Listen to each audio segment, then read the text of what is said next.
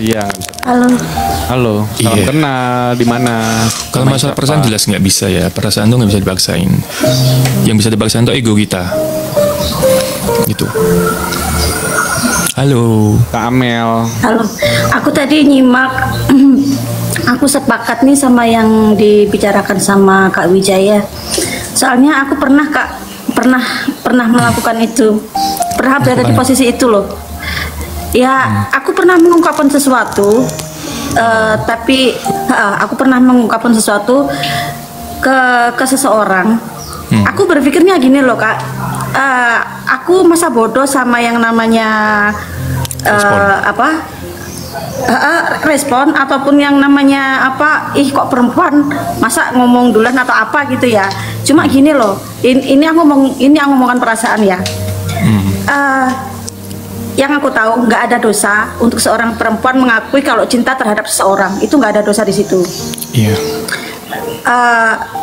Aku tuh berada di posisi yang menyimpan perasaan yang buat aku bisa jadi penyakit ya Kak ya, kayak itu loh. Daripada aku menyimpannya sendiri, lebih baik aku langsung ungkapkan. Aku masa bodoh dengan responnya dia, masa bodoh dengan tanggapan dia seperti aku perempuan seperti apa. Yang aku ingin tahu tuh sebenarnya karakter laki-laki itu, tingkat kedewasaan seorang laki-laki itu terhadap perempuan ketika mengungkapkan itu seperti apa gitu loh Kak sebenarnya. Tapi alhamdulillah sih dia menanggapinya itu positif.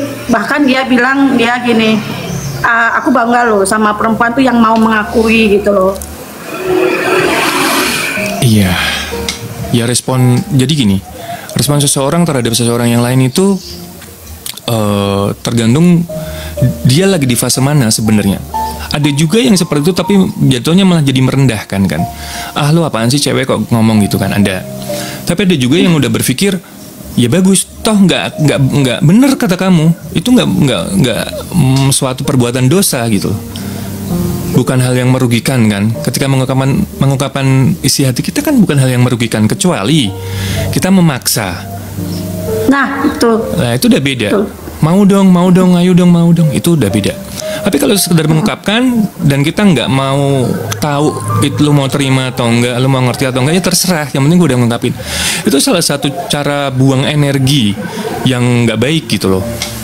Itu kan sebenarnya kan kita menginginkan seseorang itu sebenarnya energi nggak baik guys. Kita karena di situ ada kemelekatan. Kemelekatan itu berarti kita melekatkan sesuatu yang bukan hak kita, yang bukan seharusnya kita lekatkan ke dalam tubuh kita. Itu jadi energi yang baik sebenarnya, serius. Ketika kita disukai sama seorang pun sebenarnya energi kita tersedot kok gitu. Bisa jadi kebalikannya gitu. Makanya ungkapin aja kalau memang mau ungkapin gitu. Kalau itu bikin kalian plong. Tapi kan ada yang masih mikir ego. Ah gue malu nih, gue ntar responnya gimana, gue harus main. Itu sebenarnya ego kalian, ego kita sebenarnya gitu loh. Kalau menurutku kayak gitu. Terus responnya gimana cowokmu tuh? Bukan cowokku ya, orang yang aku sukai maksudnya. Ya. Terus responnya gimana? Ya alhamdulillah dia dewasa Kak, menyikapinya tuh dewasa. Aku sampaikan ke dia juga, ini adalah salah satu cara aku untuk berdamai dengan diri aku ya Kak ya, gitu loh. Hasilnya dapat nggak? Enggak. Nah, terus cara menyikapimu gimana? Cara menyikapimu, aku yang pengen tahu cara menyikapimu gimana? Enggak apa-apa, aku sudah bilang. Iya, kan aku sudah bilang dari awal kan sama dia. Aku di sini mengungkapkan tuh bukan bermaksud untuk supaya kamu mau menerima aku.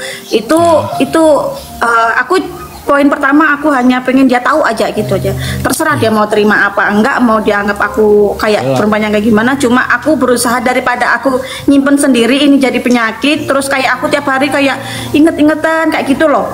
Iya benar. Apa sih kayak nggak tenang kan gitu loh. Jadi aku berusaha berdamai dengan diri sendiri tuh dengan cara seperti itu. Aku lebih baik jujur gitu loh. Iya. Udah ada di fase yang seperti itu ya, gitu. Bukan berarti fase yang belum tuh salah, enggak. Itu karena orang tuh ya sekali lagi punya fase masing-masing gitu, punya pengalaman hidup sendiri-sendiri. Jadi kita nggak bisa samain, lu harus sama kayak gue harus sama kayak lu, nggak bisa. Ketika kita niru-niru seseorang, ya resikonya harus ditanggung sendiri gitu loh. gitu loh. Pura-pura tegas tapi dalam hatinya belum siap, misalnya pura-pura mengungkapkan tapi hatinya belum siap. Kita harus tanya ke diri kita udah siap belum sih gitu. Sama-sama terbalas gimana rasanya ya kak? Kalau kita nggak suka sama orang nggak terbalas ya sakit, cuma ya itu cara kita menghilangkan rasa sakit itu, ya cara kita ya berdamai dengan diri kita sendiri dengan cukup mengakui sudah tidak perlu mengejar. Kita nggak bisa memaksakan orang itu harus seperti yang kita harapkan, kita nggak bisa maksa itu. Ya, anggap aja belum jodoh.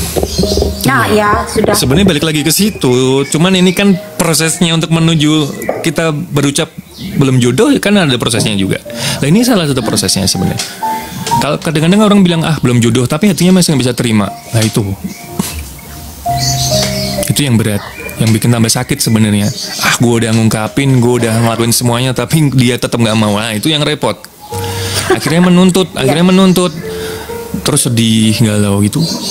Seperti itu belajar kak, nggak instan ya.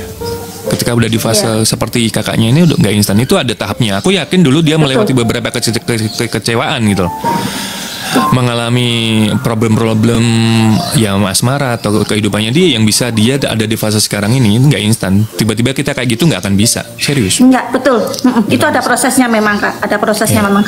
Untuk kita berada di benar-benar tahap bisa menerima keadaan itu ada prosesnya, betul. Iya. Tinggal di mana kakaknya? Aku di Malang, Jawa kak. Ya? Jawa kan? Oh iya. Iya, aku Jawa, aku Malang. Siapa tahu tuh. Gimana kalau udah diungkapin terus ditolak, agar diri jauh lebih baik, siapa tahu ntar bisa mikir balik. Bener. Jadi kalau kita ngerasa ditolak ya sama seseorang, ya udah kita upgrade diri, tapi tanpa memikirkan dia ya. Jadi untuk kebaikan diri sendiri. Aku sepakat di situ. Bukan ada niat gue baik biar dia tertarik, enggak, ya. Siapa tahu dengan kita baik menjadi upgrade diri lebih baik, siapa tahu orang yang lebih baik akan datang gitu. Nah, itu lebih tepatnya seperti itu, Kak Salma. Jadi bukan upgrade diri untuk terlihat lebih baik di mata dia biar supaya diterima. Ntar jatuhnya kecewa lagi kalau misalkan nggak dapet. Iya. Dengan kita upgrade diri lebih baik, siapa tahu pastilah orang yang lebih baik akan datang, pasti. Karena kita itu cermin ya, pantulan ya. Sama siapa aja yang datang ke diri kita, ke kehidupan kita itu pantulan cermin kita. Gitu. Ya itulah kita sebenarnya. Kenapa dia diutus untuk datang ke kehidupan kita ya? Karena buat belajar. Ketika kita bercermin itu akan lebih enak cara belajarnya, cara ngelihatnya. Orang kan nggak bisa ngelihat diri sendiri kan ya kadang-kadang ya. Kita bisa nggak ngelihat diri sendiri tanpa cermin? Nggak bisa. Gitu. Ya yang paling merusak itu kan kita nggak bisa ngelola ego kita. Terus Iya, kita validasi, terus kita anti kritik, itu udah paling susah. Aku nggak ngomongin NPD dulu ya, itu udah ngomongin kadang orang dinasehatin dia ngerasa bener terus gitu loh. Ya gue kurang baik apa gitu loh, gue kurang apa, selalu dibalik itu gitu loh. Dari apapun itulah, entah dari fisik, entah dari harta, entah dari sifat. Kadang kebaikan kita itu belum tentu diterima baik sama pasangan kita gitu. Jadi apa yang kita lakuin menurut kita baik, belum tentu menurut pasangan, mungkin pasangan atau calon pasangan belum tentu baik gitu kan. Jadi lebih kayak upgrade diri itu mungkin ada sesuatu yang harus kita rem di diri kita. Mungkin biasanya kita berisik, direm dulu deh. Kita jangan terlalu bawel gitu. Terus mungkin kita orangnya terlalu teleponan atau gimana, coba deh untuk sekarang mengurangi dulu, sehari teleponan aja atau sekali doang apa gimana. Banyak hal-hal kayak gitu tuh yang kecil-kecil tuh kadang kita berdampak besar buat orang lain, ternyata menurut kita itu baik-baik aja, padahal sebenarnya kita tuh berantakan gitu loh. Jadi orang lain tuh kita nggak bisa memaksakan penilaian orang lain sama kita, tapi jangan beralasan ya udah kalau nggak suka sama gue ya udah sono, nggak bisa begitu hidup gitu. Karena kita hidup kan bersosialisasi, bisa kerja sama orang, bisa berteman. Jadi nggak bisa kalau lu nggak suka sama gue ya udah lu pergi aja sono. Ya kapan lu benernya gitu loh, kapan lu sadar dirinya gitu loh, kalau lu nggak bisa ngontrol ego gitu loh. Kayak tadi aku bilang jangan validasi diri, jangan harus pinter-pinter ngelola ego, itu sama anti kritik tadi gitu loh. Jadi kita bisa nggak sih nerima sama ngaca gitu kan? Misalnya ada orang yang ngasih tahu atau nggak kita sadar diri, ya kita kasih tahu, kita ngasih tahu diri kita nih, kita ngeremnya bagian mana nih, kita berubahnya dari bagian mana nih gitu.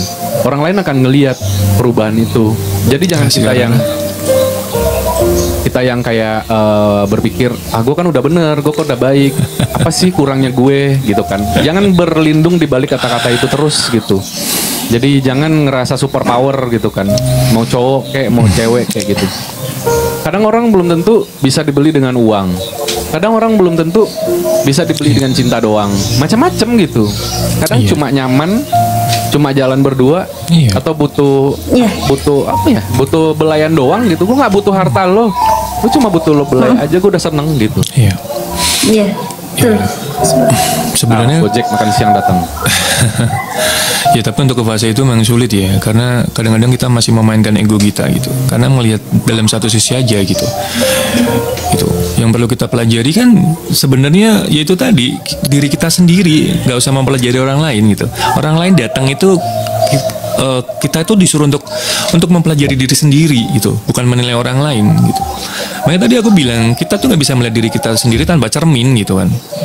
Nggak real aja deh, kita real gini aja deh. Kita bisa nggak ngeliat diri kita tanpa cermin? Nggak akan bisa. Gini-gini paling ya udah kelihatan aja, ya enggak gitu. Apalagi hati ya, perasaan ya, itu loh. Itu kan butuh effort untuk kita mengenali gitu. Tapi ada juga orang yang cuek, bodo amat gitu. Yang penting gue hidup baik, mati udah gitu. Ada juga yang pengen mempelajari diri sendiri, gue mau upgrade diri biar lebih baik, lebih ini kan ada. Baik itu relatif ya gitu. Mungkin kita ngerasa udah baik tapi bagi orang lain belum gitu. Tapi itu jangan dilekatkan, jangan difikirkan gitu. Karena pandangan orang itu ada di fase masing-masing. Mungkin orang lihat gue nggak baik misalnya, ya berarti bisa jadi orang itu lagi nggak baik-baik saja, atau kebalikannya, gue ngeliat orang lain nggak baik, ya kan? Berarti gue ada lagi di fase gue nggak baik-baik aja gitu loh, kan gitu. Tapi kan kebanyakan orang pandai menilai orang lain, tapi iya. Kita semua pasti pernah ngerasa lah, gue nih orangnya baik, pernah validasi itu. Nah kadang bagi orang lain tuh nggak penting gitu, kayak ya udah lu baik, emang penting buat gue gitu kan. Jadi pandangan orang tuh kita nggak bisa lepas. Kita kan hidup di dunia ini kan nggak mulu-mulu apa kata kita gitu loh. Gitu. Itu nggak bisa lepas. Jadi makanya kita butuh pendapat dari orang lain gitu untuk menjadi lebih baik. Gitu. Makanya itu ya kayak psikologi bilang kan, kalau kita mencapai titik yang sudah bipolar tingkat akut ya kan, sama NPD tingkat akut, ya obatnya cuma lumpuh sama mati. Itu serem gitu loh. Lu kalau nggak lumpuh ya udah mati. Karena apa? Lu mau dikritik nggak menerima, lu mau dinasihatin nggak diterima.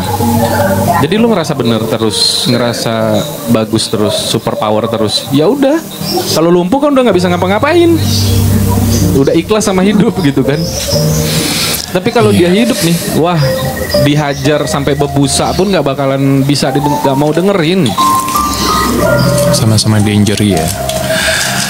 Ya butuhnya kesadaran tuh untuk menghindari hal seperti itu. Sebenarnya semua penyakit itu sembuhnya cuma lewat kesadaran sebenarnya teman-teman. Bahkan ketika kita pusing, ketika kita nggak enak badan pun, kalau kita sadar, kita kan masih sadar gitu. Tapi kalau kita terlalu dipikirin, wah sakit, pusing banget nih, pusing, ya kita malah mikirin pusingnya itu, bukan mikirin hal nikmat lain ya kan. Contoh kayak makan ya. Kita ketika kita lagi sakit kan kita kayak makan tuh kayak nggak enak. Nah kalau kita memikirkan makan nggak enak terus, ya kita nggak akan makan gitu. Jadi yang kita pikirin apa? Gue makan biar gue ada tenaga, biar gue ada energi, biar badan gue juga pulih kan gitu. Bukan yang dipikirin malah pusingnya. Gue pusing, aduh pusing, ya nggak kelar-kelar gitu, malah pusing terus yang ada. Ya jangan terlalu kepo juga. Waalaikumsalam. Belum bisa on cam, ya dia harus on cam. Self emotion, self esteem, keep, balance. Gak apa-apa typing di bawah dulu aja, soalnya gini ya, siapa teman-teman yang di bawah ya, seandainya kita naikin orang yang gak on cam nih, nanti akan kebiasaan begitu terus gitu loh. Dan yang lain pada iri, kok aku on cam kemarin, kok ini dibolehin, kayak ada spesialnya gitu loh. Jadi bukan yang gak mau naikin kadang-kadang gitu, tapi memang persetujuan dari viewers di bawah itu memang harus on cam dari awal live Selamat ini pagi ada. Kak Kevin. Aku sih nggak masalah. Iya. Cuma kan aku tergantung teman-teman semua juga. Pokoknya kalau udah ada yang nggak on cam nih di sini akan ikut-ikutan, percaya deh. Akan dibanding-bandingin sama yang nggak on cam kemarin gitu loh. Bukan yang nggak mau ya. Aku selalu utarakan rasa cinta sama orang, tapi kalau orang itu udah suka, tapi aku tidak lagi cinta gimana? Ya nggak apa-apa. Ya nggak apa-apa. Kan pertanyaannya gimana kan, ya nggak apa-apa. Kalau kita udah nggak suka, lah gimana mau dipaksain? Tapi kecuali kalau udah komit ya, beda ya. Ini aja Komit terikat dengan pernikahan, terikat dengan berarti udah komitmen. Masalah perasaan itu bisa timbul muncul, bisa kurang, bisa nambah, naik turun, itu perasaan. Tapi kalau kita udah terikat sama komit, ya kita mikir komit. Gue udah komit sama dia, dia juga udah mau komit sama gue. Iya sayang, sehat selalu buat kamu sayang. Yang kita pertahankan itu komitmennya, bukan perasaannya. Kalau pernikahan udah beda ya, udah beda. Beda, betul. Ya. Itulah yang terjadi, yang banyak terjadi sekarang ya Kak ya. Makanya kalau aku ditanya kapan nikah sampai aku tuh nggak mikir nikah dulu karena susah untuk ketemu orang tuh yang bisa diajak ngobrol masalah komitmen. Orang tuh lupa sama itu, sama itu Kak. Ketika kita menikah itu bukan hanya sekedar kita suka sama suka Kak. Sebelum menikah itu benar-benar harus ada komitmen. Kalau perlu Kak, kalau perlu itu kita bikin kesepakatan gitu loh, apa-apa yang boleh dan apa-apa yang tidak gitu. Itu sebenarnya mengantisipasi aja sih gitu loh, mengantisipasi aja sih. Karena jangan dipikir menikah itu indahnya doang, enggak.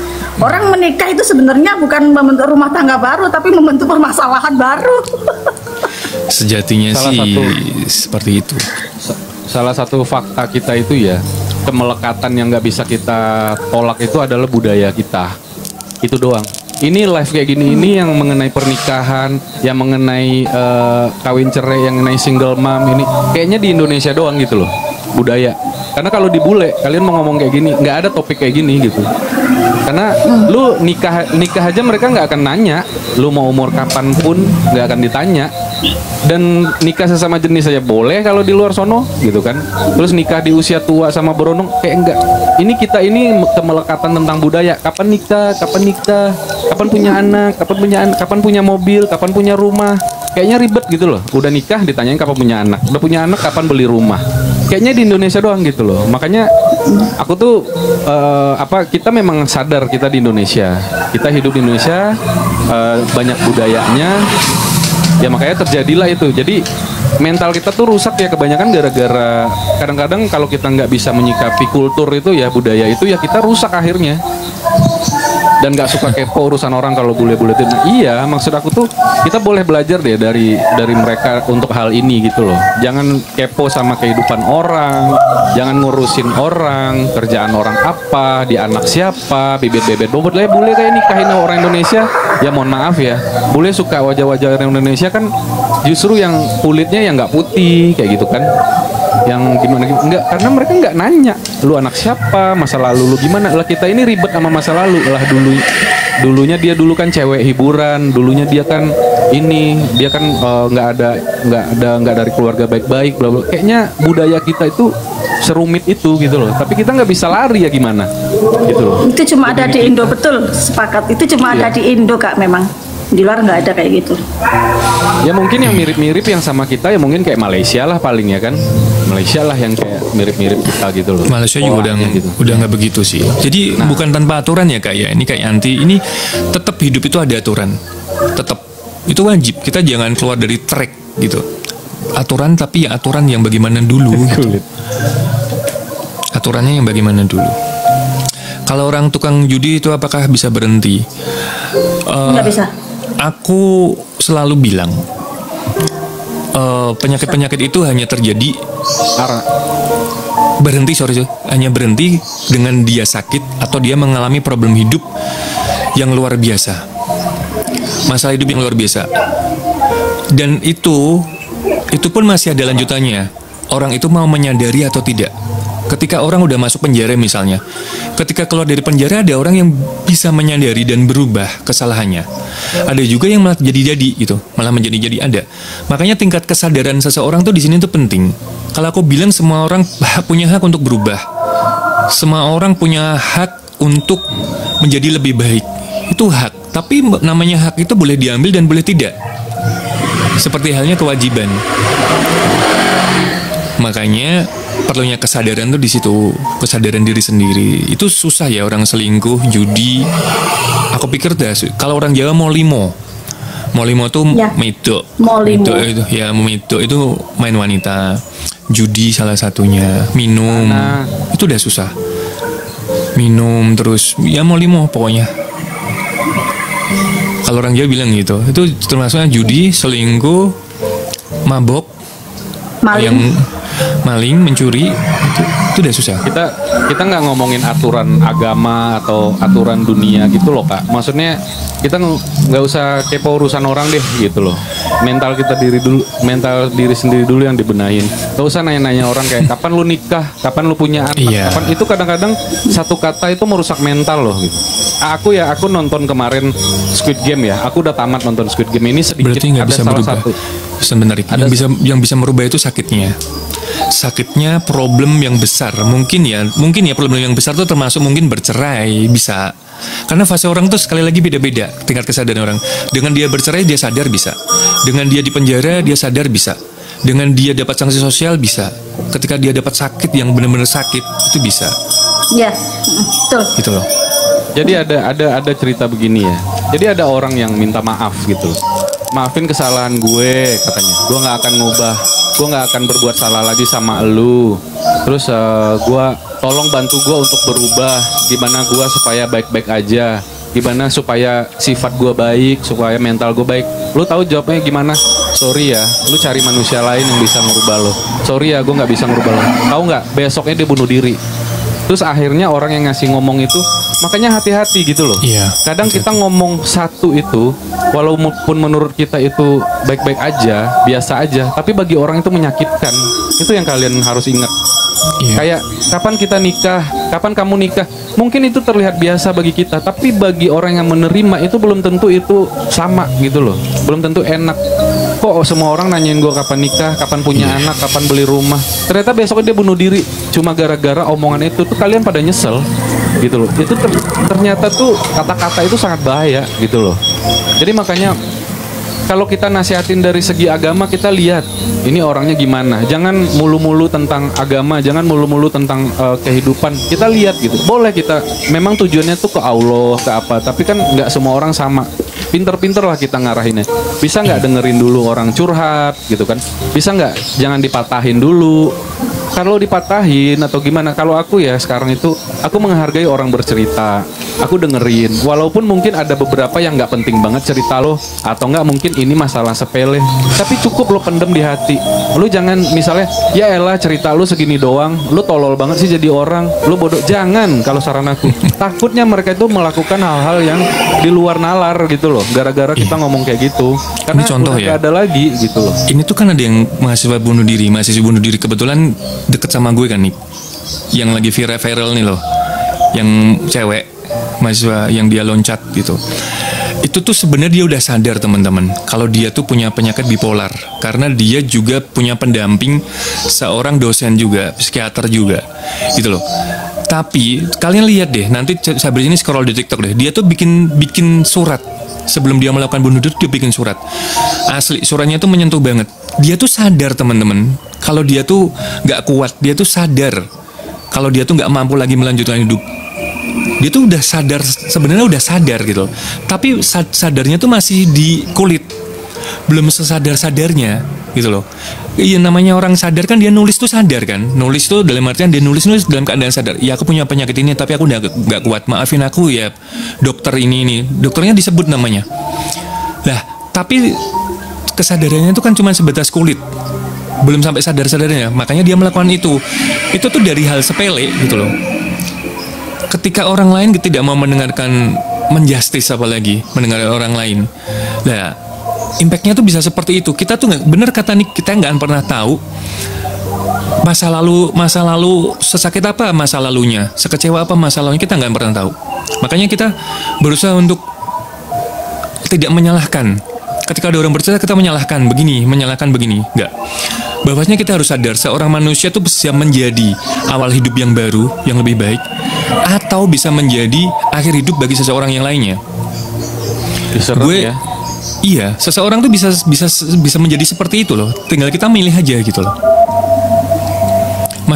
Ini Cecil ya, masalah hidayah itu nggak harus ditunggu deh. Hidayah itu harus dijemput juga lewat kesadaran itu tadi. Tapi kalau udah nggak sadar-sadar ya mungkin Tuhan nenggurnya caranya lain gitu.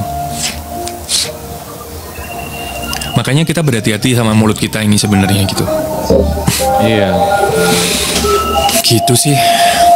Ya aku nonton Squid Game juga gitu. Cuma gara-gara satu kata akhirnya dia itu terbawa emosi gitu loh ngelihatnya. Walaupun cuma film. Ya, makanya itu hati-hati kalau ngobrol, lidahmu senjatamu ya kan, tajam gitu loh. Kita bisa menempatkan kita tuh bercanda, misal kayak aku nih bercanda ewong karena kalian sudah terbiasa gitu loh. Jadi aku melihat itu kan bukan awal live kan enggak gitu loh. Aku melihat nih typingan kalian barbar, typingan kalian sesantai itu bla bla, terus aku bercandain. Jadi memang lihat tapi kan aku tidak menggiring kalian itu untuk wah tinggalkan. Pernah nggak gue sama Bang Herdi misalnya kalian ngomong tentang pernikahan kalian, ceraiin aja dia, tinggalin aja dia, kan nggak pernah kita ngomong gitu loh. Jadi memang kita dengerin gitu kan, kita kasih solusi gitu loh. Kita nggak pernah menggiring untuk berbuat se-KDRT apapun kalian. Kita selalu kan ngomong komunikasi gitu kan. Kita benahin diri gitu loh. Pernikahan itu kan komunikasi. Ya udah komunikasiin. Betul. Ya, gitu. Menikah itu adalah komunikasi. Sepakat gitu kali. Jadi makanya nggak pernah kita ngomong se-KDRT apapun kalian, sejahat apapun pasangan kalian, nggak pernah kan kita ngomong wah itu udah toksik, itu udah tinggalin aja, kalau dia selingkuh kamu selingkuh balik lah, nggak bisa, nggak ada kita ngomong kayak gitu. Itu sama aja gitu loh, kita jadi orang kayak pasanganmu itu. Kalau kita nyaranin hal-hal yang negatif gitu loh, ya sama, nggak ada bedanya kamu sama dia. Kalau dia selingkuh kamu ikutan selingkuh, nggak ada beda, nggak ada solusi, masalah terus hidupnya, pernikahannya gitu. Iya, gitu. Itu ya teman-teman ya. Kalau benar berusaha secara baik-baik ya, tapi pisah baik-baik itu harus didasari dua kesadaran dari masing-masing pihak. Jadi mungkin ada yang satu terima, ada yang satu enggak. Lah. Itu kan udah beda versi. Mungkin yang satu terima ya udah kita pisah aja, tapi yang satu enggak, belum tentu bisa gitu. Nah itu nanti terjadi konflik baru gitu. Ya gitulah. Iya. Oke, Kak Nik, Kak Wijaya, makasih banyak. Makasih Kak Tari. Makasih Kak Tari ya, salam kenal ya. Sudah boleh gabung. Oke. Aku follow ya. Assalamualaikum. Waalaikumsalam warahmatullahi wabarakatuh. Makasih udah naik ya, sehat-sehat ya.